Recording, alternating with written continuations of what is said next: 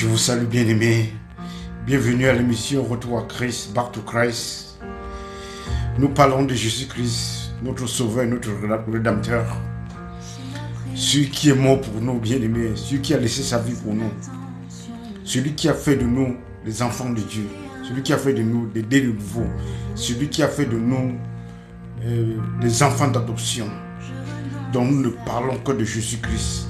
Et être chrétien, ça veut dire que tu as un maître, tu as un Seigneur et c'est Jésus-Christ. Et être chrétien, c'est suivre Jésus-Christ. Ce n'est pas suivre Moïse. Être chrétien, ça veut dire qu'on suit Jésus-Christ. Et Jésus-Christ nous dit que c'est des choses qui le concernent, qui nous concernent. Ce qui ne le concerne pas, ça ne nous concerne pas. Parce qu'après sa résurrection, il a pris le temps d'enseigner de ses disciples. Il leur a expliqué de Genèse à Malachie ce qui le concerne. Alléluia. Écoutons ces chansons d'adoration. Le vin nouveau. Oui, bien-aimé. Le vin nouveau concerne Jésus-Christ. Alléluia.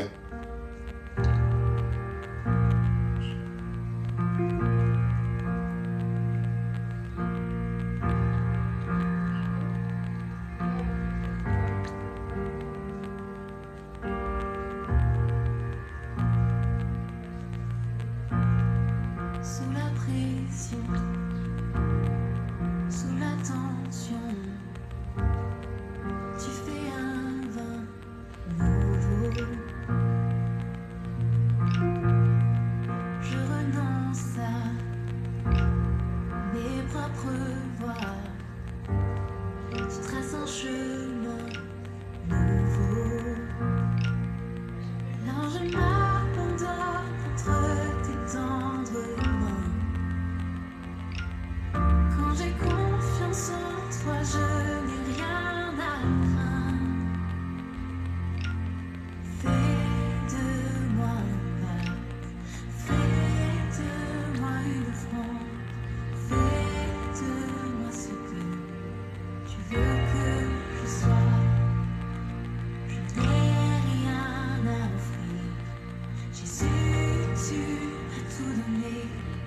Déborder ma vie d'un nouveau.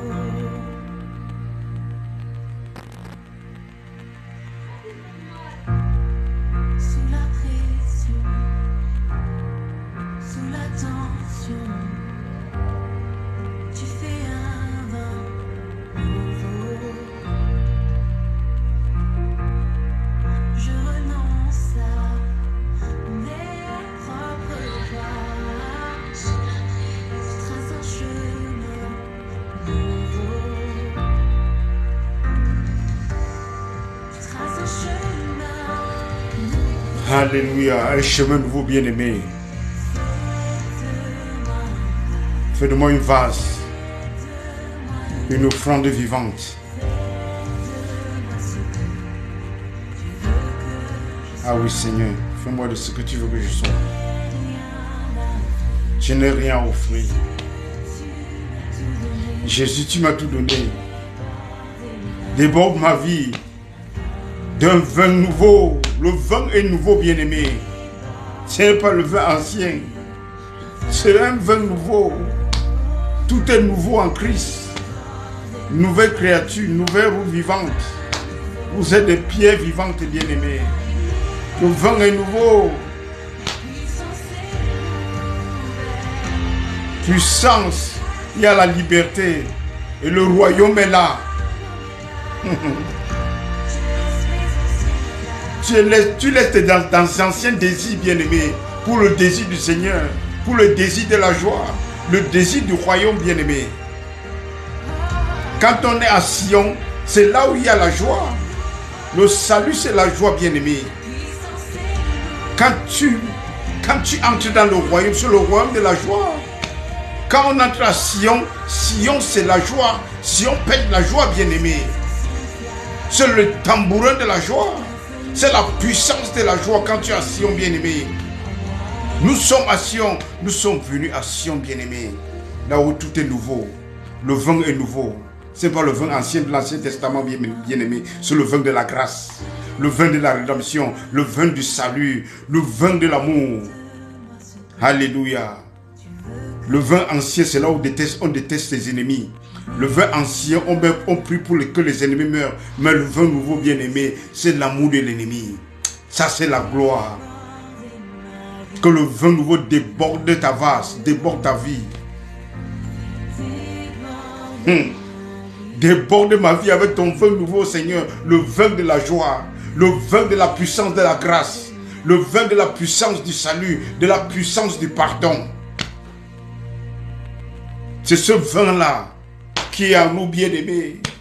C'est ce vin que nous consommons, bien-aimés. À savoir le Saint-Esprit qui est dans toi, bien-aimé. Tu es rempli du Saint-Esprit. Parce que tu es le temple du Saint-Esprit, bien-aimé. You are the temple of the Holy Ghost. The temple of the Holy Ghost. The temple of God. Là où Christ vit. Tu es le temple de Christ. La divinité, l'union entre la divinité et l'humanité. C'est ça l'homme nouveau, la nouvelle création, bien-aimée. Est-ce que ce n'est pas une bonne nouvelle? Fais de moi une vase, une offrande vivante. Fais de moi ce que tu veux que je sois. Alléluia. Je n'ai rien offert. Seigneur, tu m'as tout donné. Alléluia. Déborde ma vie d'un vin nouveau. Pas le vieux vin bien-aimé, mais le vin nouveau. Le vin de la grâce. Le vin du Saint-Esprit. Le vin de la rédemption. Le vin du salut.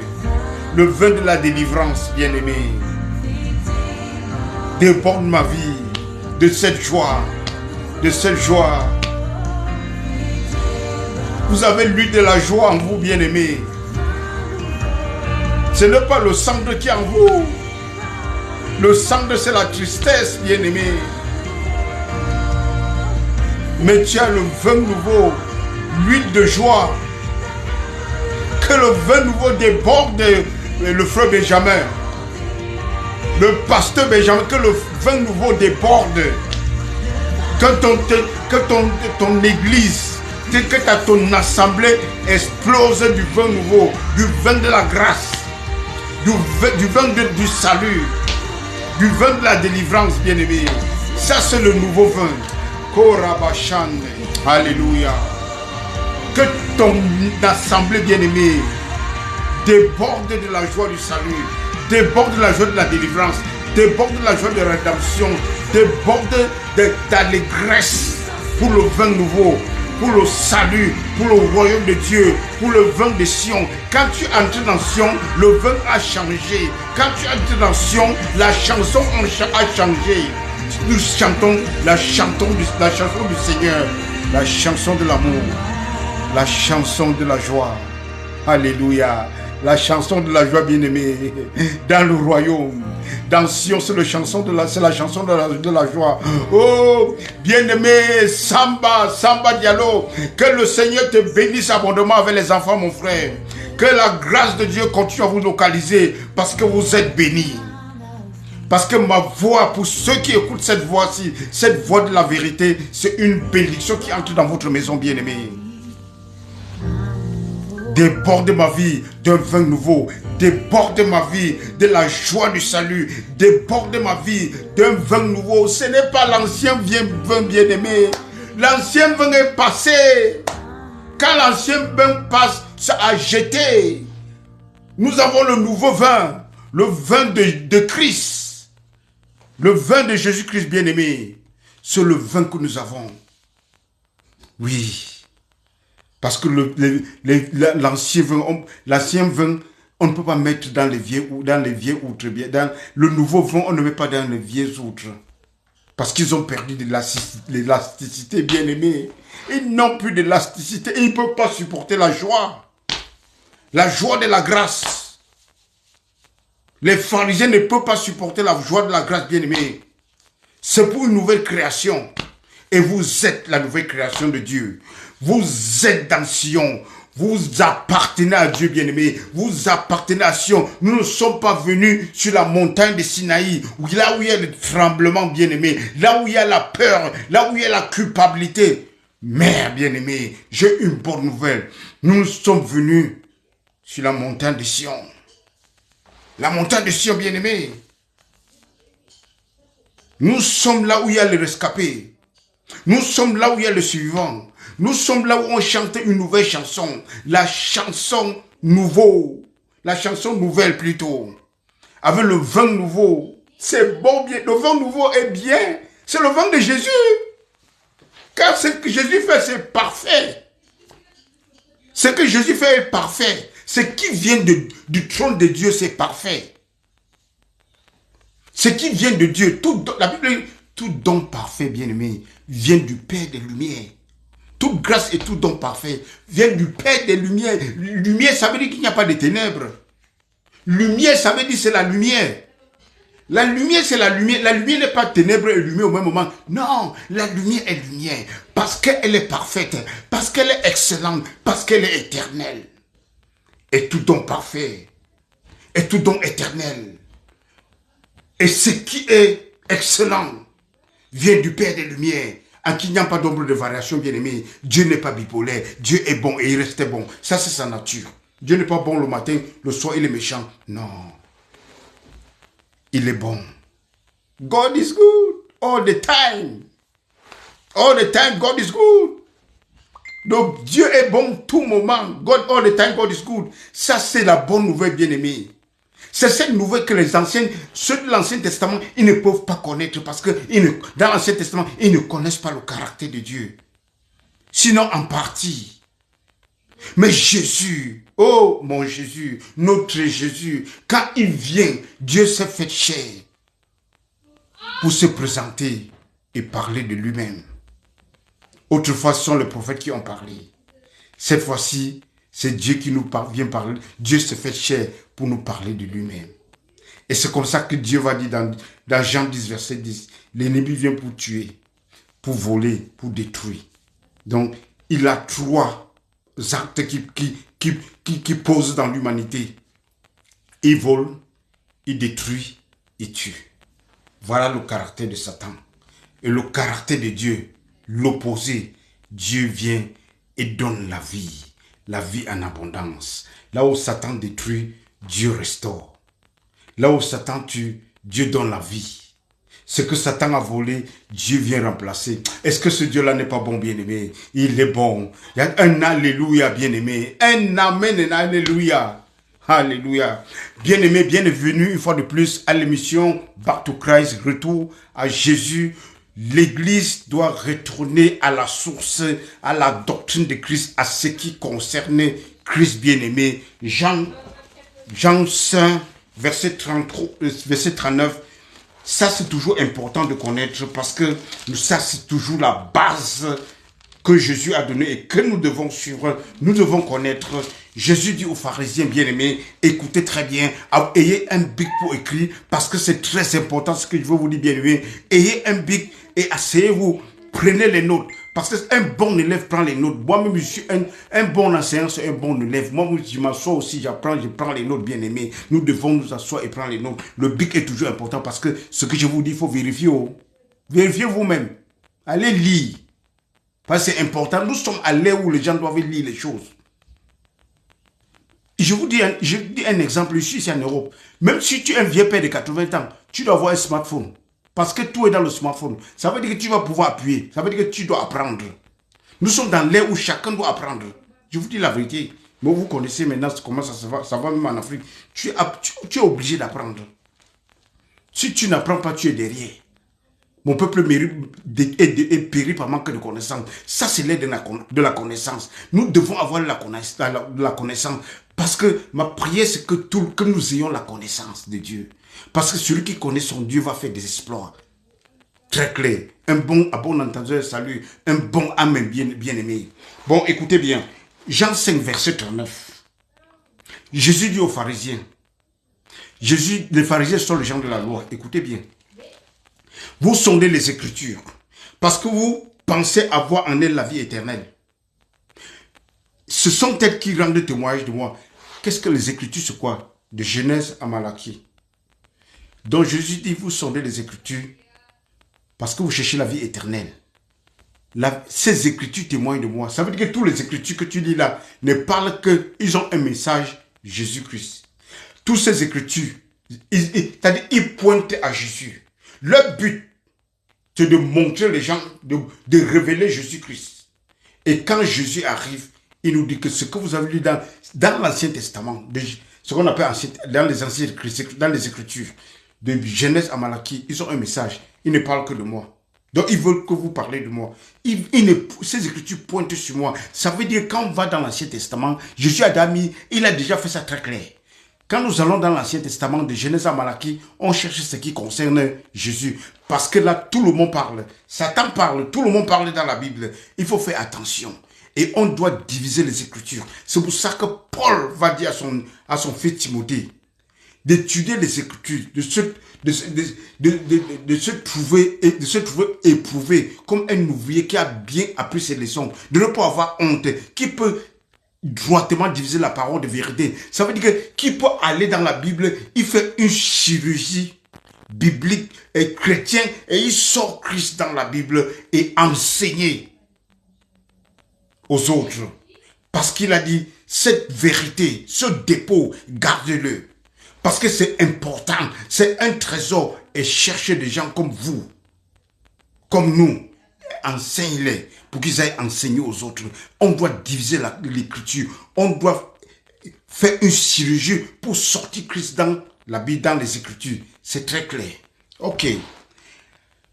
Vous sortez les Écritures parce que vous pensez avoir en elles la vie éternelle. Jean 5, verset 39. Ce sont elles qui rendent des témoignages de moi très clairs. Et puis, nous allons encore aller Luc 24. Parce que ça, c'est ce que je vous dis, c'est les bases. Quand tu connais ce pont-là, c'est fini.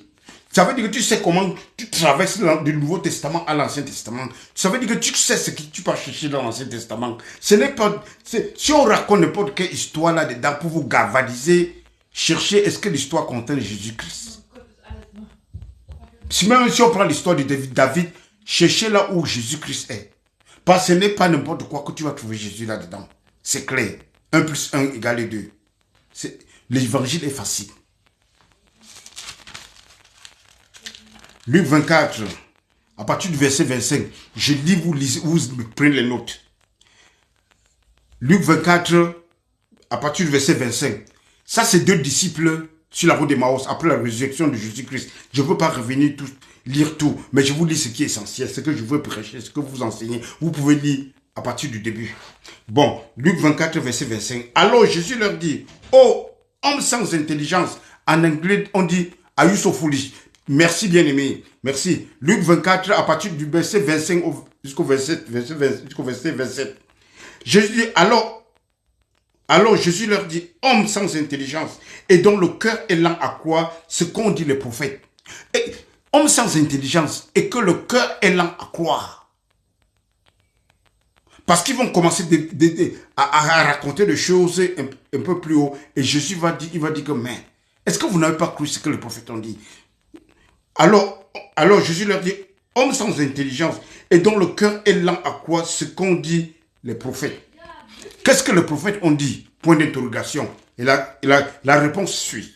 Ne fallait-il pas que le Christ souffre ces choses et il entrait dans sa gloire? Ça veut dire que les prophètes avaient un message. Les prophètes avaient un message. Les souffrances de Christ et la gloire qui s'ensuit. Retenez ça. Ça, c'est des trucs très capitaux qu'on ne peut pas vous manipuler. Et c'est la base doctrinale du christianisme. La base doctrinale du message de Christ. Ne fallait-il pas que le Christ souffre ces choses et puis entrer dans sa gloire? Et puis entrer dans sa gloire, bien-aimé. Bon. Et au verset 27, verset 27, et commençant par Moïse. Donc, il est parti jusqu'à Genèse. Ça veut dire qu'il a commencé par Genèse chapitre 1, verset 1.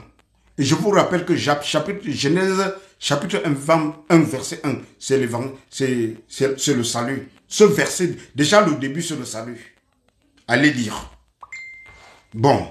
Et en commençant, verset 27, et en commençant par Moïse et par tous les prophètes, il leur expliqua dans toutes les Écritures ce qui le concerne. Ce qui le concerne. En commençant par Moïse, Il leur expliqua dans toutes les Écritures, j'avais dit que tout, sans exception, ce qui le concerne. Ça veut dire que Jésus part dans Malachie, dans Genèse, il prend ce qui le concerne. Par exemple, Genèse 1, verset 1, ou Genèse 3, verset 15, ou bien tout ce qui le concerne dans Abraham, par exemple, 22, Genèse 22, verset 17 à 18, ou bien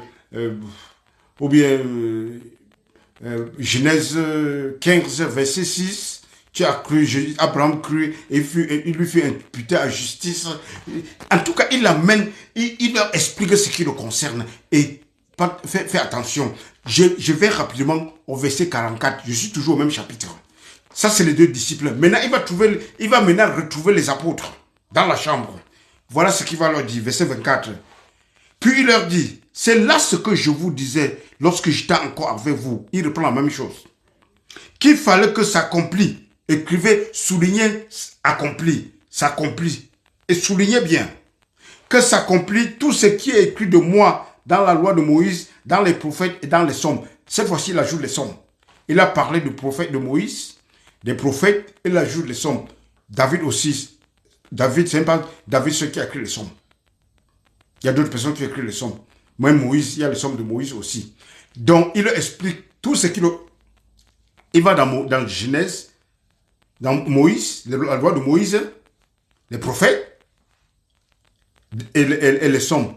Et tout ce qui le concerne. Et il fallait que toutes ces choses-là soient accomplies.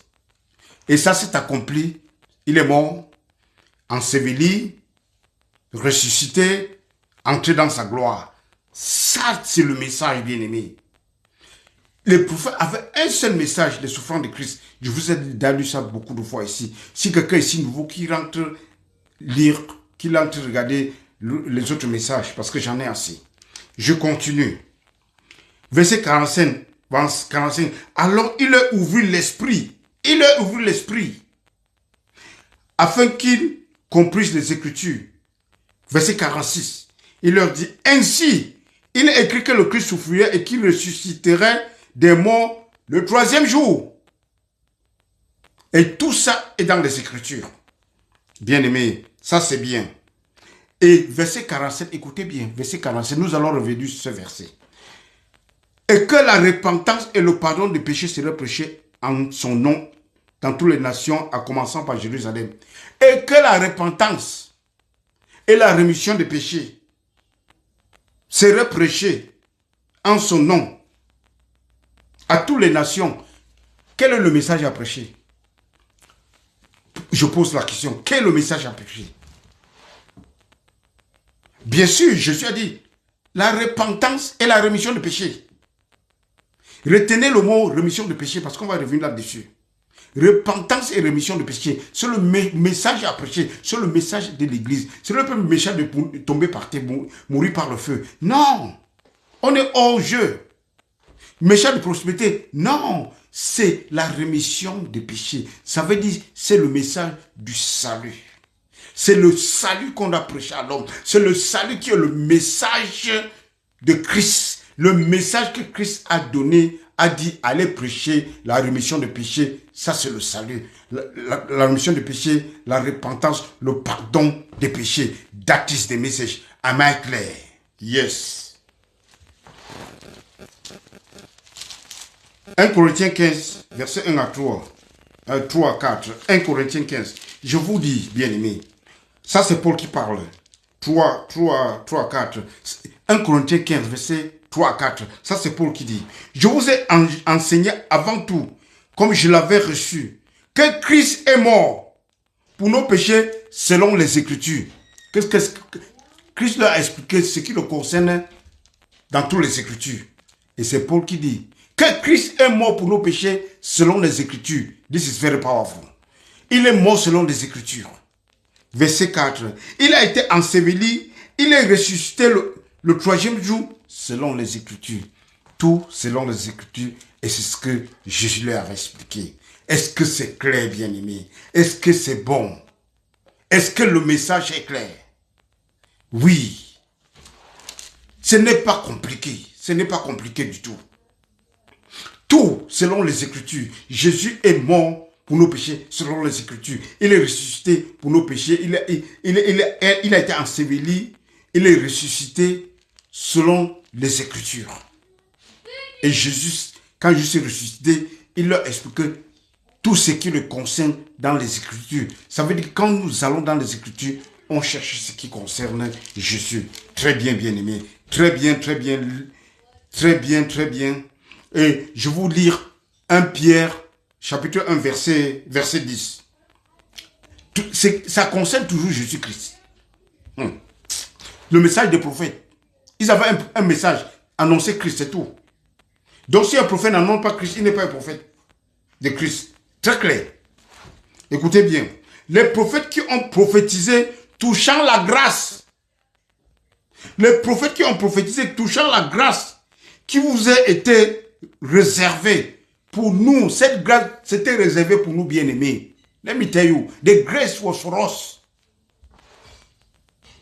Réservé pour la grâce qui vous a été réservée. On fait de ce salut. On fait de ce salut. Donc ils avaient un message. La grâce, le salut, le pardon des péchés. C'est les souffrances de Christ. On fait de ce salut l'objet de leur recherche et de leur investigation. Ça veut dire qu'après avoir prophétisé, ils sont mis à chercher. Mais qu'est-ce que j'ai dit là? Ils se mettent à chercher. C'est pour ça qu'ils avaient des portions de vérité. Ils prophétisent, quand l'esprit part, ils se mettent à faire des investigations. Pour chercher, à quel moment, qu'est-ce que j'ai même parlé là? Ils avaient des portions de vérité bien-aimées. Ils ont fait l'objet de ce salut, leurs recherches et leurs investigations. Mais tu vas trouver ça dans Daniel. Ils parlent, ils se mettent à chercher, à faire des recherches. Verset 11. Voulant sonder l'époque et les circonstances marquées par l'esprit de Christ qui était en eux et qui attestait d'avance les souffrances de Christ et la gloire dont elle serait suivie. Les souffrances, c'est-à-dire que ça attestait, leur prophétie attestait les souffrances de Christ et la gloire qui devait s'en suivre. Ça, c'est le message du prophète bien-aimé et ce n'est pas compliqué. Ça, c'est le noyau. Ça, c'est des bases qu'on doit connaître. Et quand tu ne comprends pas ça, on peut te faire balader de gauche à droite. Et tu vas croire que tu es dans le christianisme. Tu vas croire que tu es dans la doctrine. Et on va te raconter n'importe quoi. Et là, vous allez prier du n'importe quoi. Et prendre Dieu pour un sorcier. Ce que le sorcier fait, vous voulez dire aussi à Dieu pour faire. Vous voulez aussi dire à Dieu de faire. Dieu n'est pas un sorcier. Dieu, c'est un bon père. Dieu, c'est un père des lumières. Un père qui nous donne la vie. Tout don parfait vient du père des lumières. Bien-aimé. Alléluia. Verset 12. Verset 12. Il leur fut révélé que ce n'est pas pour eux-mêmes. Il leur fut révélé que ce message n'est pas pour eux. Cette prophétie n'est pas qui concerne Jésus n'est pas pour eux. Mais pour qui? Pour qui? Pour nous. Il leur fut révélé que ce n'est pas pour eux, mais pour vous qui étaient des dispensateurs de ces choses et que vous ont annoncé maintenant ceux qui vous ont prêché, comme je suis en train de vous prêcher, comme on m'a prêché aussi. Ceux qui vous ont prêché l'évangile par le Saint-Esprit envoyé du ciel et dans lequel les anges désirent plonger leur regard. Les anges désirent plonger leur regard dans ces choses. Les anges désirent plonger leur regard dans le salut. Ce qu'on raconte du salut. Parce que tout ce que les gens savent du salut, ils apprennent ça à l'église. Donc l'église, c'est l'université des anges. Donc quand tu es à l'église, il y a les anges qui sont là aussi assis pour écouter. Quand le message est prêché, c'est là où ils apprennent aussi. Écoutez bien. Que vous ont annoncé maintenant ceux qui vous ont prêché l'évangile par le Saint-Esprit envoyé du ciel. Et dans lesquels ces choses, et dans lesquels les anges désirent plonger leur regard. Les anges désirent plonger leur regard. Vous qui croyez que les anges, vous mettez vous faites vous donnez trop de considération aux anges. Non, les anges sont vos serviteurs. C'est ce que la Bible dit. Ils sont nos serviteurs. sont les serviteurs pour ceux qui vont hériter le royaume. Tu n'as pas encore compris ça. Les anges sont tes serviteurs bien-aimés. Et Satan était un ange. Tu dois comprendre que c'est un serviteur qui s'est rebellé. Tu es au-dessus, bien-aimé. You are right above. Oui, exactement, le bien-aimé Benjamin. Les anges désirent plonger leur regard dans le salut, dans ces choses qui vous ont été annoncées. Et qui n'étaient pas, les prophètes, ils ont prophétisé, mais ce n'était pas pour eux, bien-aimés, c'était pour nous. C'était pour nous, bien-aimés.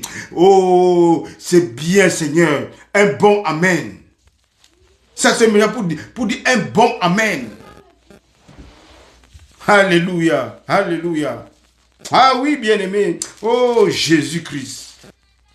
Est-ce que ce n'est pas bien? 2 Timothée 2, verset 15. Efforce-toi de te présenter devant Dieu comme un homme éprouvé. Efforce-toi de te présenter devant Dieu comme un homme éprouvé. Éprouvé pourquoi? On lit. Un ouvrier qui n'a point à rougir, qui n'a pas honte, qui dispense droitement la parole de vérité. C'est-à-dire qui enseigne la parole de vérité, qui divise droitement. Ça veut dire que je vous ai expliqué, qui sait diviser les dispensations. Parce qu'on mélange l'ancienne dispensation, la nouvelle alliance et l'ancienne alliance. On ne les mélange pas.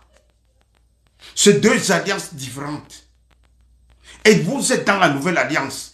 Si on vous a pas dit, et quand tu es dans la nouvelle alliance, tu es dans la nouvelle alliance. Parce que la nouvelle alliance, c'est la grâce de Dieu. Et je dis qu'on ne prend pas un vin nouveau pour mettre la vieille huile. On ne prend pas un tissu neuf pour coudre un vieil habit.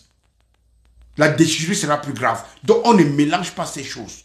Quand tu mélanges, c'est la confusion totale. Quand tu mélanges, c'est la séduction, c'est la déception, c'est la manipulation. Et c'est ce que l'Église est victime de ça aujourd'hui, surtout dans notre continent africain. Ah oui. Ah oui. Ah oui.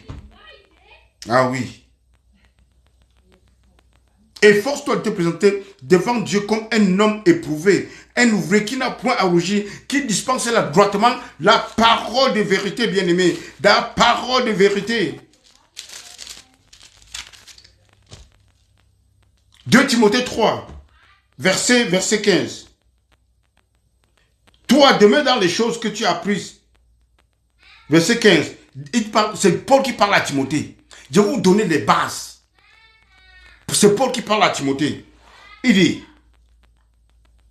dès ton enfance, tu connais les saintes écritures qui peuvent te rendre sage à salut par la foi en Jésus-Christ. Ça veut dire que dans les saintes écritures, bien-aimés, 2 Timothée 3, verset 15, ça veut dire que dans les saintes écritures, il y a déjà le salut. Mais en forme de promesse.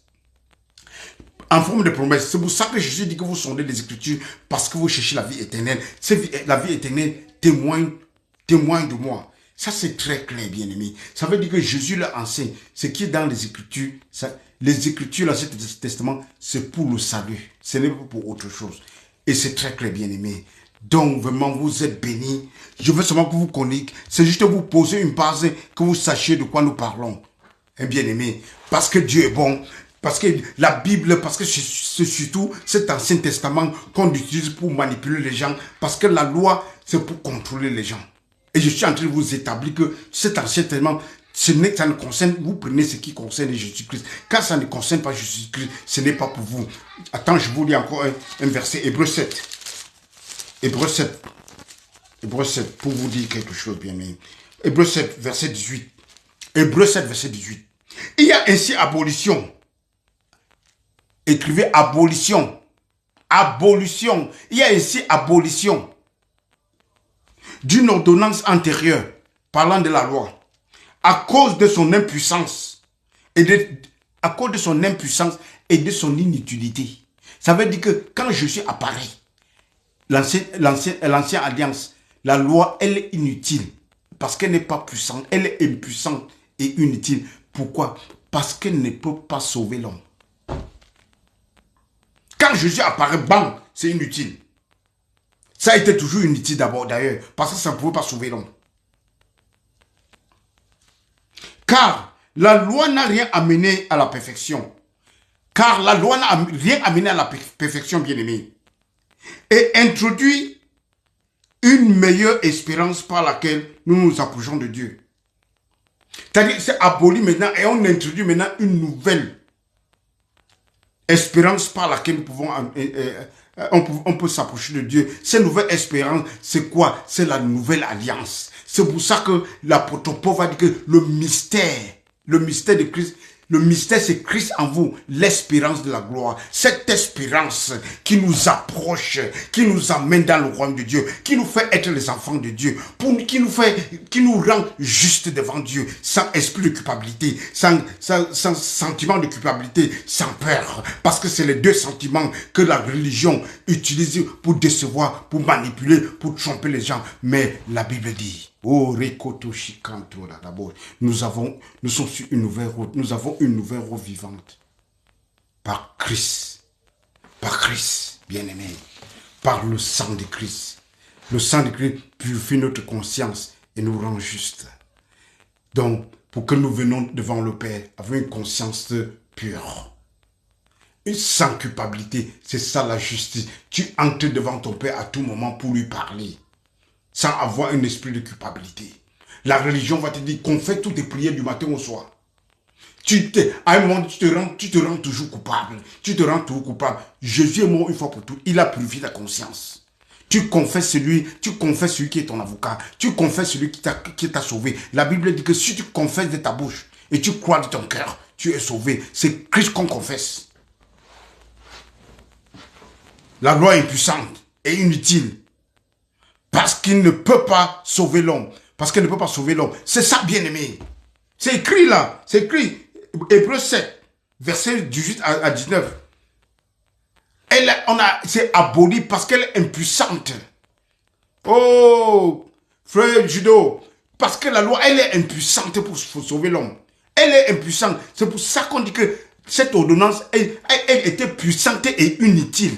Impuissante parce qu'elle ne peut pas sauver l'homme, parce qu'elle ne peut pas apporter la perfection. Mais nous trouvons la perfection en Christ. Nous trouvons la perfection dans l'œuvre achevée de Jésus-Christ. Nous trouvons la perfection dans le sang de Jésus. Nous trouvons la perfection dans l'aspersion du sang de Jésus. Nous trouvons l'aspersion dans la nouvelle route vivante. Nous trouvons l'aspersion quand Jésus est mort et ressuscité. Nous trouvons la perfection quand nous entrons dans sa gloire. Parce que Jésus c'est la gloire. Tu portes la gloire de Dieu et cette gloire c'est Jésus-Christ. Makato dadabosh, rekoto shikanto dadabosh. Cette gloire-là c'est la personne de Christ. C'est pour ça que Jésus dit, Père, je leur ai donné la gloire que tu m'as donnée. Alléluia. Et la mort de Jésus-Christ, c'est pour donner cette gloire-là. La mort de Jésus, c'est pour donner la gloire à toi. C'est pour donner la gloire à son église. Et l'église de Jésus portait sa gloire. L'église, c'est une personne. Parce que tu es le temple du Saint-Esprit. Dieu habite en toi. Tu es le royaume de Dieu. Le ciel est en toi, bien-aimé. Tu ne vas pas dans un autre ciel. Parce que le ciel est en toi. Le ciel est en toi. Tu es en Jésus. N'importe où Jésus part, tu es là avec Jésus. N'importe où Jésus est, tu es là. Parce que tu es en Jésus. Écoutez bien. Jésus dit en ce jour-là, vous saurez que je suis dans le Père. Vous êtes en moi, je suis en vous. Tu es en Jésus, je suis en toi. Tu manges ma chair, tu bois mon sang. On a la communion. Nous avons la communion. Tu as la communion avec moi. C'est ça, cette communion avec Jésus-Christ. Tu vis dans Jésus, je suis vis dans toi. Tu vis dans Jésus, je suis vis dans toi. Je suis vis dans le Père. Toi et Jésus, vous vivez dans le Père. Quelle double communion. Ah, Marie. J'appelle ça même une double communion. Ça, c'est l'unité de l'Église. Ça, c'est le but de la grâce. Ça, c'est la grâce de Dieu. Dieu habitant dans l'homme. L'humanité, la divinité s'unit à l'humanité. Ça, c'est le miracle de Dieu. Ça, c'est le miracle. Parce que Dieu, la Bible dit que le ciel est son trône, la terre son marchepied. Mais Salomon va, après avoir construit le temple, Salomon va regarder, il va dire, Dieu, j'ai même construit le temple ici. Est-ce que ce temple peut te contenir? Le ciel est ton trône. La tête tombe son marche-pied. Il a compris que non, Dieu a une autre location. Il y a une autre place que Dieu va habiter. Et quand Jésus est mort, et quand Jésus arrive, Jésus met cette définition. Jésus établit la demeure de Dieu. Jésus établit que la demeure de Dieu, c'est dans l'homme. La demeure de Dieu, c'est la grâce de Dieu qui habite dans l'homme. Ça, c'est le miracle. Voilà le grand miracle, bien-aimé. Les pharisiens vont venir voir Jésus et dire, mais quel est le miracle que tu vas faire? Pourquoi on croit que tu viens du Père? Jésus va dire que le seul miracle que vous allez voir, le seul miracle que je vais vous montrer, c'est le miracle de Jonas. Le seul miracle, parce qu'il dit que ici, il y a quelque chose de plus grand que Jonas. Ici, il y a quelque chose de plus grand que Jonas, parlant de lui-même, parce qu'il est plus grand que Jonas, il est plus grand que le temple. Ici, il y a quelque chose de plus grand que le temple. Il y a quelque chose de plus grand que Salomon. Il y a quelque chose de plus grand que Jonas. Il y a quelque chose de plus grand que le temple. Ça, c'est le Christ. Christ dans l'homme, l'espérance de la gloire. Ça, c'est le mystère. Ça, c'est l'habitation de l'homme. L'habitation de l'homme, c'est l'homme. Dieu n'a pas fait. L'habitation de l'homme, ce n'est pas dans le temple. L'habitation de l'homme, ce n'est pas dans les maisons. Mais l'habitation de l'homme, c'est dans l'habitation de Dieu plutôt, c'est dans l'homme. L'habitation, c'est dans l'homme. C'est pour ça que vous êtes le temple du Saint-Esprit. En ce jour, vous sauriez que je suis dans le Père. Vous êtes en moi et vous êtes en moi et je suis en vous. Ça, c'est la parole de Dieu. Et quand tu entres dans l'arche, l'arche va jusqu'à la gare. Ceux qui sont entrés dans l'arche de Noé, ils sont allés jusqu'à la gare. Quand tu entres dans l'arche de Jésus, c'est jusqu'à la gare. À moins que tu ne sois né de nouveau. Si tu n'es pas né de nouveau, ok, tu peux commencer à douter. Tu peux même, quand tu n'es pas né de nouveau, tu ne peux pas entrer dans l'arche. Mais quand tu es né de... Bien aimé, quand nous parlons de celui qui est né de nouveau. Je ne parle pas des aventuriers. Parce que c'est ce qu'on a, on a un problème avec. Parce que les gens croient que quand on dit que tu entres dans Jésus, tu es sauvé une fois pour toutes. Parce que les gens ont tout dans la tête. Est-ce que celui-là, il est né de nouveau? Il y a toujours un problème de né de nouveau. Parce que les gens ne savent pas ce qu'il veut dire être né de nouveau. Et tu es né de Dieu. Tu portes l'ADN de Dieu. Tu es engendré par une semence incorruptible. La semence ne peut pas être incorruptible. À un moment donné, ça devient corruptible. Ça devient incorruptible. Ça devient corruptible. Non, Dieu n'est pas là pour jouer au ping-pong avec les gens. Dieu est absolu. Et Dieu, c'est la vérité. Dieu est direct. Il est juste. Dieu ne joue pas. Quand Dieu te donne naissance à toi, il t'a donné naissance. Comment il va te régner encore? C'est juste parce que les gens n'ont pas compris le caractère de Dieu. C'est pour ça qu'on discute. C'est pour ça que je dis toujours que quand quelqu'un est né de nouveau, enseigne-le d'abord qui est Dieu. Le caractère de Dieu et la nature de Dieu. Parce que si tu ne connais pas Dieu, tu vas commencer à prier comment? Alors, soyons clairs. Si tu ne connais pas Dieu, tu vas prier quelqu'un que tu ne connais pas comment? Donc la première des choses, quand quelqu'un est né de nouveau, il faut qu'on lui apprenne qui est Dieu, quel est le caractère de Dieu, quelle est la nature de Dieu, comment Dieu pense. C'est en ce moment que tu commences à connaître Dieu. Mais quand tu es né de nouveau, tu es dans l'église, on dit, oh, tes ennemis vont mourir par le feu. Oh, que le feu descend pour consommer tous tes ennemis. Oh, tous les ennemis qui ont mes étoiles, qui tombent et ils meurent. Mais tu te poses la question, c'est la même chose que si tu pars chez le marabout. Parce que le marabout te parle la même chose. Et quelle est la différence?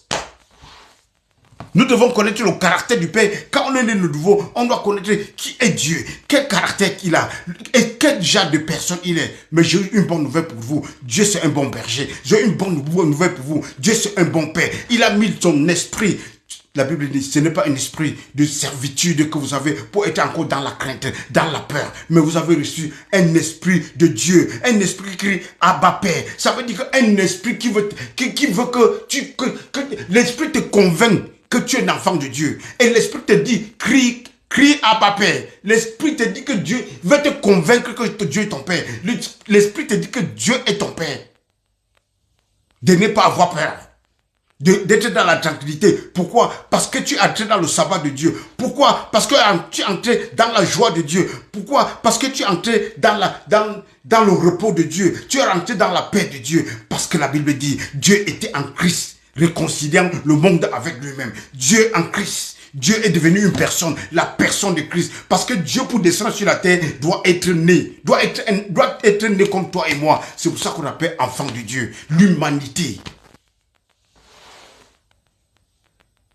L'amalgame, l'union entre l'humanité et la divinité. C'est ça qui fait un enfant. C'est ça qui fait Christ, Son of God, enfant de Dieu. C'est la divinité qui s'unit à l'humanité. C'est ça qu'on appelle Son of God, enfant de Dieu.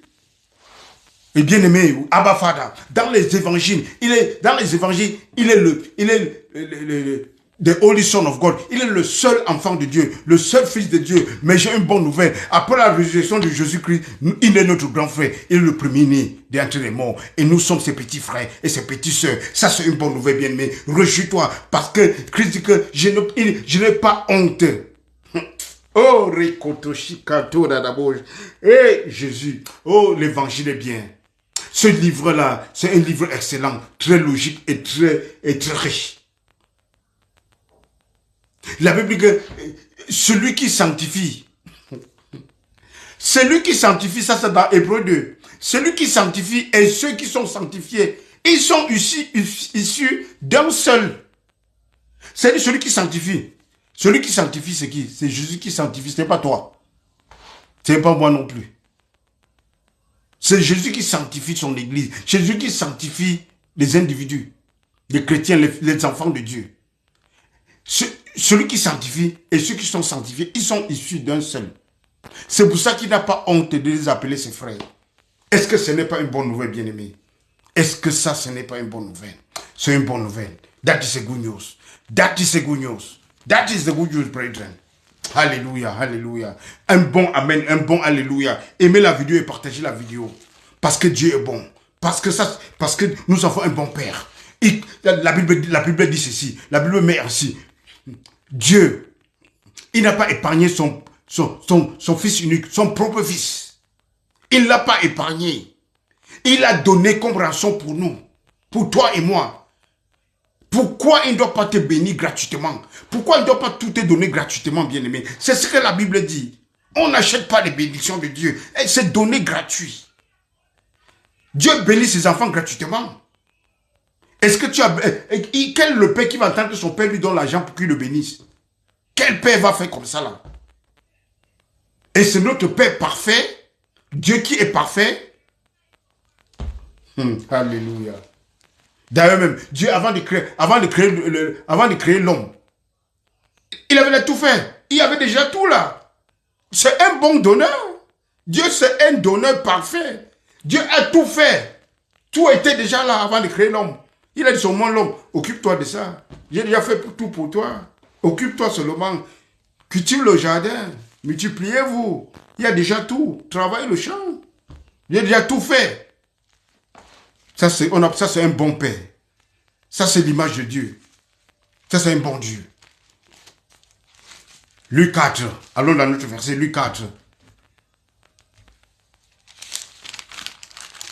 Luc 4, verset 18. Luc 4, verset 18. Nous parlons de la délivrance, bien-aimés. Ça, c'est juste pour vous montrer d'abord quel est le Dieu que nous servons. Qu'est-ce que la Bible parle de Jésus-Christ? Qui est Jésus? Qu'est-ce qu'il dit lui-même? Alléluia, je continue. Luc 4, verset 18. Jésus, dans la synagogue, je commence à partir du verset 16. Il s'est rendu à Nazareth où il avait été élevé et selon sa coutume, il entra dans la synagogue. Le jour du sabbat, il se leva pour faire la lecture. Il se leva pour faire la lecture. Il n'a pas le Nouveau Testament, parce qu'il y avait seulement l'Ancien Testament. Que je vous place d'abord, que les gens sachent d'abord. Donc maintenant, verset 17, on lui remit le livre du prophète Ésaïe. On lui remit le livre du prophète Ésaïe. Ésaïe, c'est les rouleaux. Ayant déroulé, parce que c'est un rouleau, il doit dérouler. Ayant déroulé, il trouva l'endroit où il est écrit. Ça, c'est l'endroit, c'est Ésaïe 61. Écoutez-moi bien. Écoutez-moi bien, parce que ici, nous avons sorti quelque chose. Parce qu'on veut mettre, on va détruire la religion, tout ce que la religion fait. On veut mettre la vérité. L'Esprit du Seigneur est sur moi. Vous pouvez lire ça, c'est dans Ésaïe 61. L'Esprit du Seigneur est sur moi. Parce qu'il m'a oint pour annoncer une bonne nouvelle aux pauvres. Une bonne nouvelle. Quand on dit que la nouvelle est bonne, une bonne nouvelle, je peux définir ça comment? C'est-à-dire l'évangile, c'est une bonne nouvelle. Parce qu'elle est tellement bonne à croire. Elle est trop belle. C'est comme on a fait la guerre quelque part. Et les gens viennent avec un bon résultat qu'on a gagné le combat. ils viennent en courant avec la joie pour annoncer la victoire. Cette bonne nouvelle contre l'ennemi qui menaçait. Elle est tellement bonne à croire, bien-aimé. Et simple. Une bonne nouvelle aux pauvres. Il m'a envoyé pour guérir ceux qui ont le cœur brisé. Oh Jésus, il est toujours là où les gens sont faibles. Écoutez bien. Pour proclamer aux captifs la délivrance, c'est là où nous voulons. Ça veut dire pour prêcher. Proclamer, c'est prêcher. Prêcher la délivrance. La délivrance, c'est un message. La délivrance n'est pas une activité quand on tombe en roue par terre. Écoutez bien. Donc si on te dit qu'on va faire le service de délivrance, tu vas dire que non, tu vas dire que la délivrance c'est un message, que tu vas écouter le message. Et vous allez savoir tout à l'heure pour la délivrance, qu'est-ce que ça veut dire. Vous allez savoir tout à l'heure qu'est-ce que ça veut dire. Proclamer au quartier la délivrance, aux aveugles le recouvrement de vue, pour renvoyer libres les opprimés, pour renvoyer libres les opprimés, ceux qui étaient captifs par Satan. C'est tout presque les mêmes choses. Les renvoyer libres. Pour publier une année de grâce du Seigneur. Pour publier une année de grâce. L'année de grâce, c'est-à-dire que cette période de grâce, ce n'est pas que c'est le langage biblique, ce n'est pas que c'est une année, ce n'est pas que c'est une année. C'est pour publier cette période de la dispensation de grâce. Ensuite, il roula le livre et le remit au serviteur et s'assit. Tous ceux qui se trouvaient dans la synagogue avaient le regard alors fixé sur lui. Alors il commença à leur dire, aujourd'hui, cette parole de l'écriture que vous avez entendue est accomplie. Cette parole de l'écriture accomplie. Délivrance, libérer les captifs, guérir les cœurs brisés, proclamer, déclarer l'année de grâce. Et je vous ai dit que c'est ce qui le concerne. Qu'est-ce qui concerne Jésus? Les souffrances de Jésus, sa mort et sa résurrection. Donc c'est tout ça, cette mort-là, qui va, c'est après cette mort et la résurrection que tout ceci, que la nouvelle alliance est scellée. Et on est bénéficiaire de tout ce qui vient de dire là. Très clair. Maintenant, le mot délivrance maintenant. Parce qu'il a dit, pour prêcher ou proclamer la délivrance. Le mot délivrance, what does that mean? Est-ce que c'est une activité tombeau par terre, rouler au sol? Parce qu'il a dit prêcher. Donc quand il dit prêcher, déjà on doit comprendre que la délivrance c'est autre chose. Je vous ai parlé de la délivrance dans l'Ancien Testament qui est le mot péléta. Ça veut dire rescaper, les réchapper. Tu quittes d'un point, ça veut dire tu passes d'un point à l'autre. Un point là où il y a les ennemis, un endroit là où il y a les ennemis pour passer dans un autre endroit où il y a la sécurité. Le mot péléta. Et je vous ai dit que c'est 28 fois dans l'Ancien Testament. J'ai lu quelques versets. Bon, nous sommes maintenant dans le Nouveau Testament. Ce que Jésus parle maintenant dans le temple. Moïse, Luc 4, verset 18. Il dit que prêchez la délivrance. Maintenant, qu'est-ce que la délivrance, qu'est-ce que ça veut dire? Écoutez bien. Si vous avez quelque chose, vous écrivez. Et vous faites des recherches. Le mot délivrance, en grec, ça veut dire aphésis. C'est le mot aphésis. Et j'appelle A-P-H-E-E-S-I-S. Je répète A-P-H-E-S-I-S. Qu'est-ce que ça veut dire? Écoutez bien. Ça veut dire laisser aller. Laisser aller. Tu laisses aller. Un relâchement. Pardon. Remission complète de péché.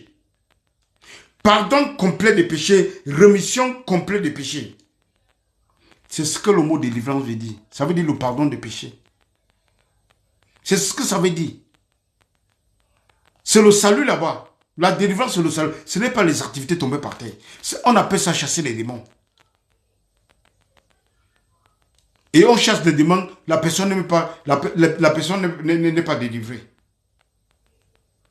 On peut chasser les démons à une personne, la personne n'est pas délivrée. Parce que la délivrance, c'est le salut. On chasse le démon, la personne n'est pas délivrée.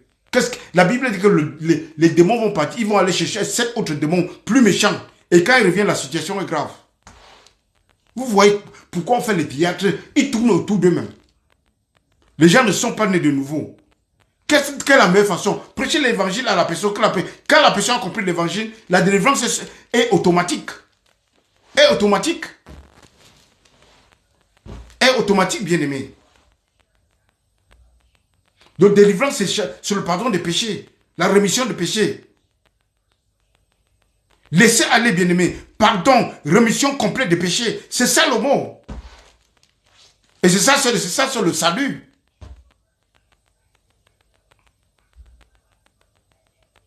Et le verbe qui vient de ça, le verbe en grec, c'est aphiemi. Le verbe, c'est aphiemi. J'appelle A-P-H-I-E-M-I.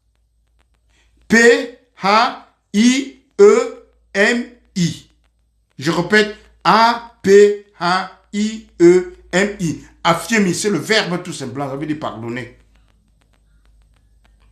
Relâcher une personne, écoutez pas, relâcher une personne d'une obligation ou d'une dette.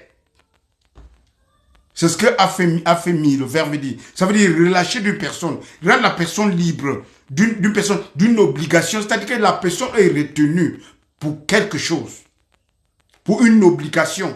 Retenue pour être esclave, ça c'est une obligation. Tu es esclave. Et tu es esclave du péché. Tu es esclave de Satan. Tu es dans le... La Bible dit que autrefois on était dominé par l'esprit de ce monde. De ce monde. Mais maintenant, c'est le Saint-Esprit qui nous guide. Je vais vous dire ça. Ephésiens 2, c'est mieux de lire. Là, on comprend un peu. Nous sommes en train de faire les cours bibliques, on n'est pas trop pressé, bien aimé. Ephésiens 2, verset 1. Ephésiens 2, verset 1. Vous étiez morts par vos offenses et vos péchés, dans lesquels vous marchiez autrefois, selon le train de ce monde, selon le prince de la puissance de l'air, de l'esprit qui agit maintenant dans les fils de la rébellion. On était les enfants de colère, les enfants des fils de la rébellion. Affirmer, c'est ça bien aimé, relâcher une personne d'une obligation ou d'une dette. C'est ça ce que ça veut dire. Donc on était autrefois, c'est Satan qui était notre guide autrefois, comme je viens de vous dire. Vous étiez morts, on était morts par nos offenses, par nos péchés, dans lequel on marchait autrefois selon le train de ce monde, selon le prince de la puissance de l'air, de l'esprit qui agit maintenant dans les fils de la rébellion. On était dans les fils de la rébellion, mais grâce à rendu à Jésus-Christ, nous sommes maintenant les fils et les filles de Dieu. Nous sommes maintenant les enfants de Dieu par l'adoption, parce qu'on a reçu l'esprit d'adoption bien-aimé. Alléluia. Ça, c'est une bonne nouvelle. Ça, c'est une bonne nouvelle, bien-aimé. Donc, je vous dis, le mot aphésis, ça veut dire laisser aller. Le mot aphésis, c'est un laisser aller, un relâchement, un pardon, rémission de péché, comme mon frère Benjamin vient d'écrire. Le verbe vient de affirmer, ça veut dire relâcher une personne d'une obligation ou d'une dette. Ça, c'est des trucs qu'il faut connaître, bien aimé. Il faut que les chrétiens connaissent ça. Donc, c'est un message à partager pour que les gens comprennent certaines choses. C'est que la différence là qu'on parle, mais qu'est-ce que ça veut dire? Pourquoi on ne vient pas vous parler de n'importe quoi? Je vous ai dit que ça, c'est l'ère de la connaissance qu'on doit apprendre. Parce que si tu n'apprends pas, tu vas rester. Et je dis merci aux social media. Parce que là, on peut enseigner, on n'a pas besoin d'aller payer une télé. Et chacun peut s'acheter tout ce qui est un peu difficile, c'est peut-être acheter un téléphone et avoir les mégas. Mais beaucoup de gens aujourd'hui ont des téléphones. Peut-être c'est un problème de mégas. Alléluia. Donc, vous devez comprendre toutes ces choses. Je prends quelques exemples. Le mot aphésis est écrit. On trouve ça 17 fois dans le Nouveau Testament. Le mot aphésis, le mot délivrance en grec, 17 fois. Je vais vous lire quelques. Parce que c'est important. 17 fois, je vous lis peut-être quelques 6 ou 7. Pour que nous sachions. Je commence d'abord par Matthieu. Matthieu 26, 28. Quand Jésus va dire que ça c'est le sang de la nouvelle alliance pour le pardon de vos péchés. Mais je vais dire pour que tout le monde comprenne. Matthieu 26, verset 28. Écris bien. Matthieu 26, verset 28. Matthieu 26, verset 28. Voilà ce que Jésus dit. Matthieu 26, Matthieu 26, verset 28. Car ceci est mon sang, le sang de l'alliance, dans d'autres versions, le sang de la nouvelle alliance, qui est répandu pour plusieurs, pour la rémission des péchés. Le sang qui est versé pour plusieurs, pour la rémission du péché. Le mot rémission du péché, c'est ce qu'on écrit à Ephésiens. Ça veut dire que c'est le mot délivrance. Là, c'est écrit rémission des péchés. Et ce mot rémission des péchés, ça veut dire délivrance. C'est le mot Ephésiens. Là où c'est que Jésus a utilisé pour dire que je suis venu pour prêcher la délivrance. La délivrance, c'est le mot Ephésiens. Et le pardon des péchés, c'est que je vais vous dire, le sang de la nouvelle alliance pour le pardon des péchés. Oh, merci frère Eddy. Pour le pardon des péchés, la rémission des péchés, c'est toujours le mot Ephésiens utilisé, bien aimé. Allons maintenant dans Marc 1. Dans Marc chapitre 1, verset 4. Bien aimé, vraiment, on t'a manqué, ça chauffe ici. Dieu est en train de nous faire grâce ici, là. Marc 1, verset 4. Jean parut, baptisant dans le désert et prêchant le baptême de la repentance pour la rémission des péchés. Le mot rémission des péchés, c'est encore le mot Ephésiens. Donc, ce que Jésus a utilisé dans Matthieu 4, dans Luc 4, verset 18, prêcher la délivrance. C'est le mot délivrance, c'est Ephésiens. C'est ça qu'on utilise, rémission de péché. C'est toujours le même mot que tu vas trouver ici, là. Quand tu regardes dans l'original, tu trouves le même mot, Ephésiens, qui veut dire délivrance. La délivrance, c'est pas tomber par terre. La délivrance, ce n'est pas les activités. Non, la délivrance, c'est un message. La délivrance, c'est le message du salut. Quand tu reçois le salut, tu reçois la délivrance, tu reçois le pardon des péchés, tu reçois la rémission totale des péchés, tu es racheté. Nous allons revenir sur la rédemption. Tu es racheté, bien-aimé. C'est ça la délivrance. La délivrance, ce n'est pas tomber par terre. La délivrance, ce n'est pas vomir. Non, non, non. La délivrance, ce n'est pas rouler par terre. Le théâtre que nous voyons. Non, non, ce n'est pas ça. La délivrance, c'est le message de Christ. La délivrance, c'est le pardon des péchés. La délivrance, c'est le message qu'on prêche. La délivrance, c'est la doctrine de Christ. Makato Darabo. Quand vous prêchez cette doctrine, vous êtes délivré. Si vous acceptez cette doctrine, si ça vous entre dans votre cœur, vous êtes délivré, vous êtes sauvé. C'est ça la vraie délivrance. Et les démons n'ont plus de place. La délivrance, ça ne veut pas tout dire que les démons vont commencer à chanter, à crier. Non, non, non, non, non. Il y a les délivrances qui se passent dans le calme, bien-aimé. Alléluia. Alléluia. Prochain verset. Luc 1, verset 77. Luc 1, verset 77, bien-aimé. This is the gospel. Luc 1, verset 77. Luc 1, verset 77. Luc 1, verset 77. Afin de donner à son peuple la connaissance du salut par le pardon des péchés. C'est le but de Jésus-Christ. Ça, c'est quoi que c'est le cantique de Zacharie. Afin de donner à son peuple. Afin de donner à son peuple la connaissance du salut. Le salut, on doit avoir la connaissance du salut. C'est pour ça qu'on est en train de vous enseigner. Le salut a besoin d'une connaissance. Donc, enseigner proprement ce que c'est que le salut pour que la personne ait la connaissance. Et je suis ici pour vous distiller cette connaissance, pour vous dispenser la connaissance de Christ, pour vous dispenser la doctrine de Christ, pour vous dispenser la nouvelle alliance. Oui, la nouvelle alliance. Parce que la nouvelle alliance, c'est ça qui donne le salut à l'homme. Ce n'est pas mélanger l'ancien et le nouveau. Non, le vin nouveau doit être séparé du vin ancien. Non, on ne mélange pas Moïse et Jésus ensemble. Ça ne marche pas. Parce que quand Jésus arrive, la loi de Moïse devient inutile et a été toujours inutile. Parce que ça ne peut pas sauver l'homme. Parce que c'est impuissant. Ça, c'est le nouveau. Ça, c'est le message du salut. C'est pas n'importe quoi qu'on vous raconte, bien aimé. Nous parlons de la doctrine de Christ. Oh, merci, mon frère Arnaud. Merci, merci. Que le Seigneur te bénisse abondamment là où tu es. Avec ta famille. God bless you, God bless you, God bless you. Donc, le pardon des péchés, c'est la délivrance. C'est le mot Ephésiens. Bon, on regarde le next verset. Le prochain verset. Luc 24. Luc 24, je vous ai parlé de ça maintes fois. Je vous ai parlé de ça tout à l'heure. Je reviens encore là-dessus. Luc 24, ça c'est Jésus qui parle après sa résurrection. Luc 24, verset 47. Et que la repentance, bien aimé, et que la repentance, quand Jésus lui a parlé, il dit et que la repentance et le pardon des péchés, donc, et que la repentance et le pardon des péchés seraient prêchés à son nom et à toutes les nations. C'est ce qu'on doit prêcher. Et que la repentance et le pardon, ce n'est pas le message de prospérité, ce n'est pas le message de tomber par terre. Non, non, ce n'est pas le message de mourir par le feu. Non, nous parlons de la repentance de l'homme. de la repentance de l'homme.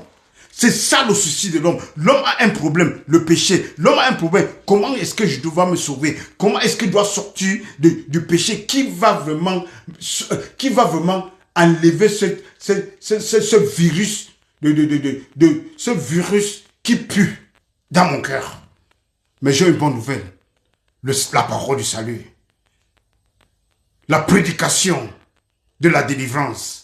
C'est-à-dire la prédication du pardon des péchés, la prédication de la rémission des péchés. Ça, c'est le message qui délivre. Ça, c'est le message qui apporte la bonne nouvelle, bien-aimé. Alléluia.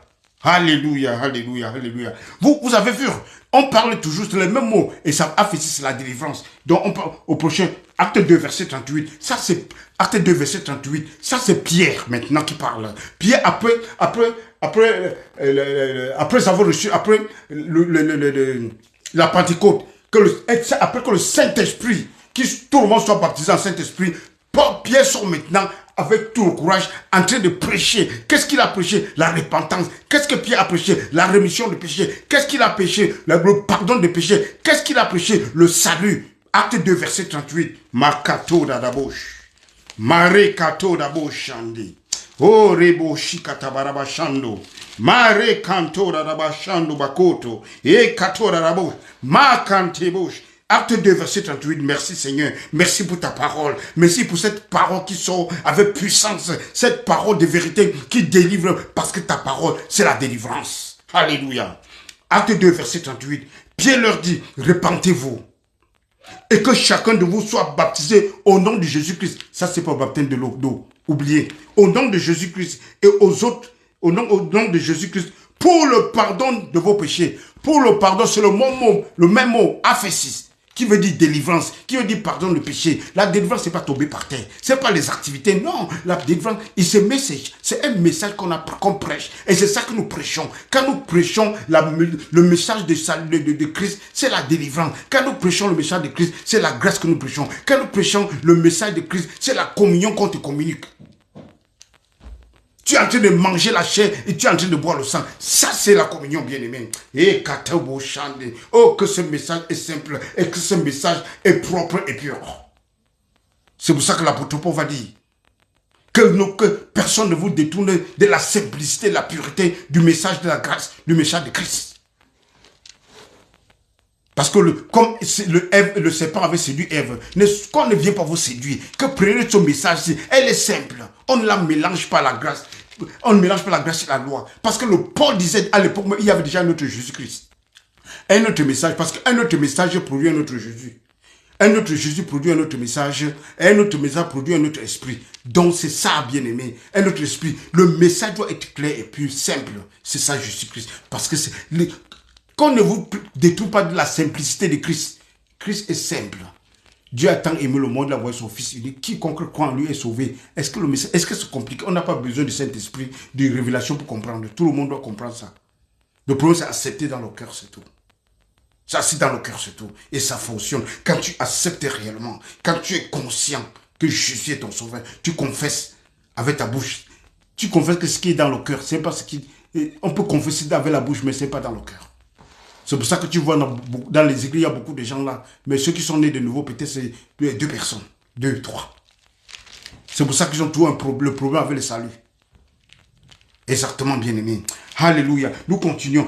Pierre a prêché la repentance, le pardon des péchés. C'est le même mot aphésis qui veut dire délivrance. Quelle grâce de vous entendre. Merci, bien-aimé. Ça, c'est le Seigneur que vous entendez. C'est Jésus, c'est la parole de Christ, la doctrine de Christ. Parce que Jean va dire ceci, oh j'aime ce que Jean dit. Si quelqu'un vient à vous, il n'a pas la doctrine de Christ, il n'a ni le Père ni le Fils. Mais s'il a la doctrine de Christ, il a le Père, il a le Fils. Et s'il n'a pas la doctrine de Christ, il dit ne le saluez même pas. Je ne sais même pas ce qu'il avait pris à Jean. Jean a fait ça fort. Hein? Il dit s'il n'a pas la doctrine de Christ, ne le saluez même pas. Waouh! Parce qu'il y avait beaucoup de faux prédicateurs à l'époque qui détournaient complètement les gens. La doctrine de Christ, elle est simple. Quand tu ajoutes quelque chose, ça devient compliqué. Elle est simple. On va prendre ça avec sa simplicité. Bon, allons dans Acte 10, verset 43. Il est clair même. Acte 10, verset 43. Bien aimé, Il est déjà 21h02. Nous allons continuer la semaine prochaine. Bien-aimés, merci beaucoup. Merci de votre patience. Merci d'avoir pris votre temps pour écouter ce message de grâce, ce message du salut de l'homme, ce message de la délivrance, bien-aimés. Que le Seigneur vous bénisse abondamment. Pour ceux qui m'écoutent, je prie que le Seigneur illumine les yeux de votre cœur pour voir la grâce, pour voir tout ce qu'il a fait pour nous. Et je prie que le Seigneur vous donne un esprit de sagesse et de révélation de sa connaissance, parce que c'est ce que nous avons, bien-aimés. C'est ce que l'Église de Christ a besoin, la révélation de la connaissance, l'esprit de sagesse, connaître son Dieu, parce que Pierre dit que qu'on grandit dans la grâce et dans la connaissance de Christ, parce que eux-mêmes ils ont grandi dans cette grâce et dans cette connaissance de Christ. Et Paul a prié parce qu'il sait ce que j'avais. Il dit, Paul lui-même sait que ce n'est pas facile d'accepter. Il faut prier pour que Dieu vous donne un esprit de révélation de sa connaissance. Et c'est ce que le Père Hagin a toujours prié, que Dieu lui donne vraiment la connaissance, bien-aimé. Et c'est la connaissance, c'est bien, parce que la connaissance paie. Ceux qui connaissent le Dieu vont faire des exploits. God bless you. Que le Seigneur vous bénisse abondamment, bien-aimés. On se voit jeudi par la grâce de Dieu. Je vous aime. Partagez le message. Que les gens aiment le message. Partagez. Sollicitez les gens pour écouter le message. Parce que c'est le message qui délivre. C'est la vérité. Bénis le frère Caleb. Que le Seigneur te bénisse abondamment. Depuis le Congo. God bless you. God bless you. Seigneur, frère Benjamin, vraiment... Je suis très content quand tu es là, parce que tu m'aides beaucoup. Que le Seigneur te bénisse abondamment. Dieu est ton bon berger. Que ton assemblée grandisse. Que Dieu te fait grâce dans l'assemblée. Je prie que Dieu t'utilise puissamment pour vraiment partager sa parole dans cette contrée. Et c'est ce que le Seigneur est en train de faire. Et il fera plus mieux que ça. Parce que l'œuvre qu'il a commencé, c'est lui le perfectionneur. Que le Seigneur vous bénisse abondamment. Amen, amen, amen.